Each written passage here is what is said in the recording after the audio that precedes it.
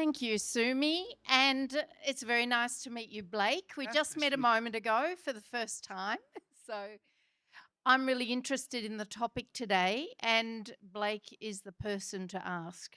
So I have a few questions that I've been thinking about. And the first one is, what wellness features and activities can encourage everyday connection amongst a community? Yeah, so for those of you who know, we run, and we're quite close to here, actually, about a kilometer away.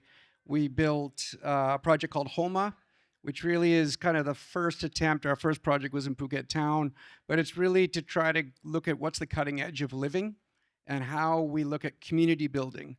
And one of the keys is, kind of looking at super trends and what people want. And fitness and wellness resonates across all income classes and across all kinds of race and everything. So what we really wanted to try to do was incorporate fitness, and it's not just about having 500 rooms of like super jacked fit people, right? It's about, are people like happy? And a lot of people who maybe move here, they may not have that many friends at the beginning. They've been transferred for a job, or they're digital nomads or something.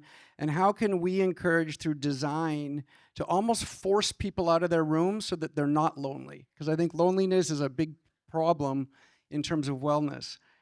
So we create relatively small rooms, but make amazing common spaces, very good gyms, and like rooftops. And then every single day, I think one of the key important things that most real estate projects miss is they build all these fancy spaces and then they become just dungeons, because there's not that human element which is really driving the community into those spaces every day through constant activities. I mean, we probably have 5, 6 activities going on a day.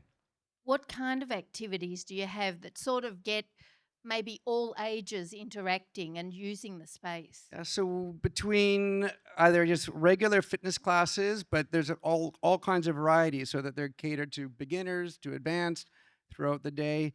We also find that there's a lot of a lot of smart people who live in the project who have things to say. So we'll create like a clubhouse type arrangement where once a month, usually on the rooftop in the open air, we'll have kind of a presentation by somebody. It could be in blockchain, or it could be in marketing, or it could be in any topic, and then the community itself builds itself around that.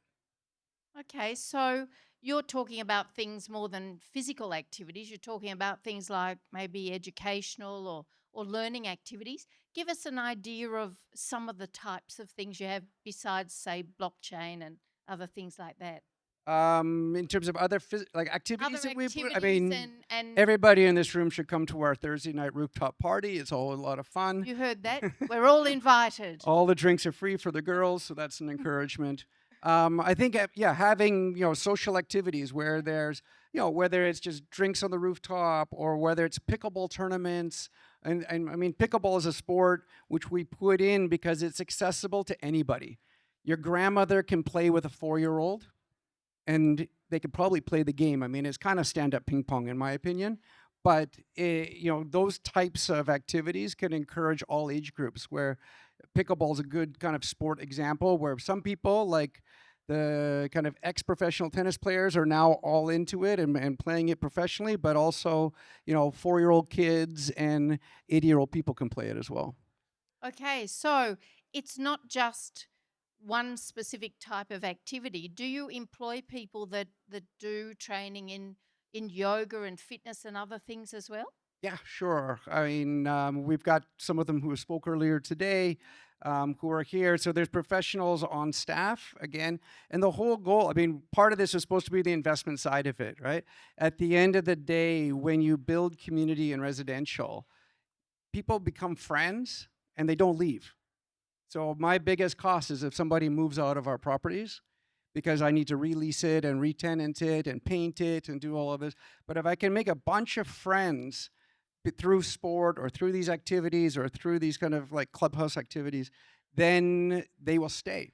Right. So that's whether that's led by Aaron and the fitness team, kind of like everybody kind of likes him and he's got all these things going, or people, as we talked about before, kind of see results over time and then they're happier. I think that those things all kind of come into play. It sounds really interesting. And you remember about the drinks on the rooftop, girls? So thank you very much, Blake. We're out of Yeah, time. that's the fastest thing I've ever And that talked was about Homer. really nice talking with you. All Thank you right. very much. Thanks, guys.